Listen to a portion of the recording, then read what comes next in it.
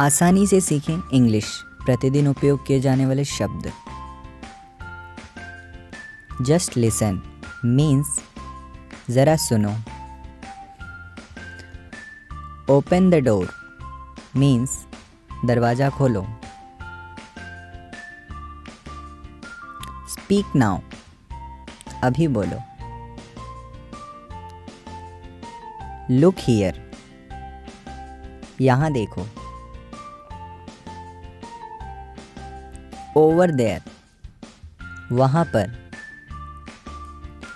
Don't spit means थूको मत। Don't stare means घूरो मत। Close it means इसे बंद करो। ही लाइड उसने झूठ कहा।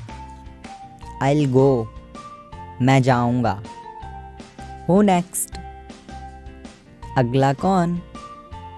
He spoke वह बोला। Who was there वहाँ कौन था। It was me यह मैं था। Absolutely right बिल्कुल सही।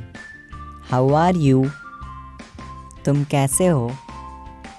I am fine मैं बढ़िया हूँ। He is ready वह तैयार है।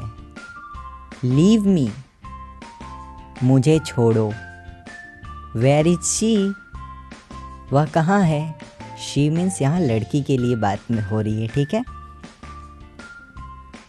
She has gone वह जा चुकी है। I have written मैंने लिखा है। Once again एक और बार या फिर एक बार और। Stay away दूर रहो।